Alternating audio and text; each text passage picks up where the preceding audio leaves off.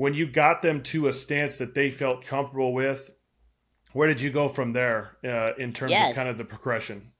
Yeah, so the progressions we kind of went on to receiving, and went there to kind of see where everybody was at and kind of what they were already doing. When I transferred to catching coach, we were kind of already halfway through the fall. Terry Bell had moved on, had another job opportunity he was focusing on, and at this point, Coach Vittorio was not completely sold on the new school stuff that I was teaching, but he did believe in me enough to kind of let me do what I was doing.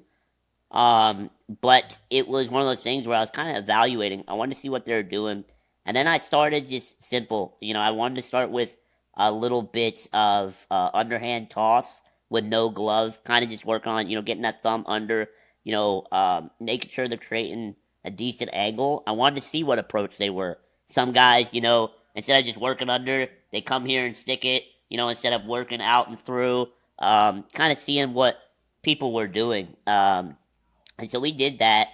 And I'm a big coach into, I don't say much during the evaluation period because I feel sometimes as coaches, I can see we don't give the players an opportunity to show what they got. We go right to what we want them to do.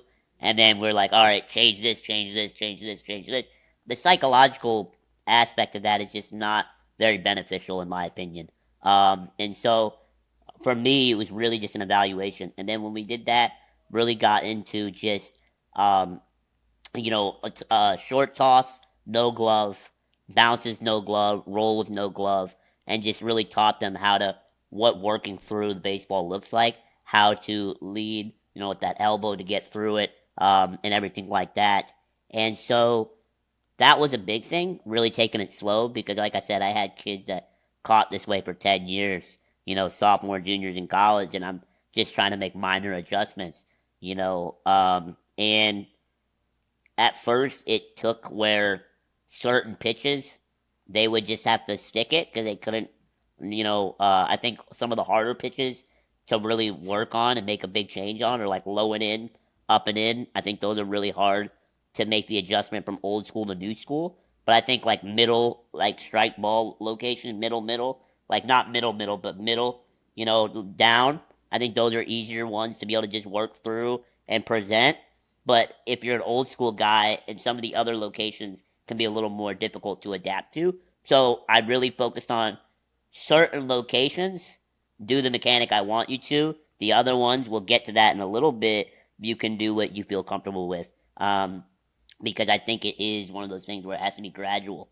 Because I don't want them to be like, "Where's my pocket?" and then they start botching everything, or "Where's my this?" So it was really just trying to be, foundational on that aspect. So did a lot of that, and then we really did. I liked angled, like I'd go angle. I'd have me on the left, and one of my other catchers on the right, and we just underhand toss angled so they can help work those angles.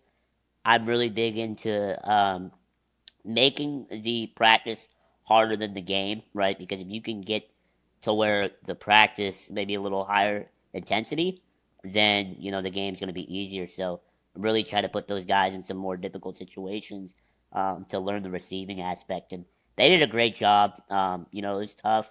I mean, we put up some good receiving numbers according to some of the data that I tracked.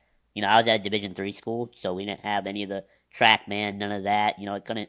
So I made up my own like SL plus numbers that I could track myself by having the catchers that wasn't catching track it. And so when after the game we could just look at the data from what they like wrote down, what location they needed to work on, and those types of things. So um, really proud of those guys.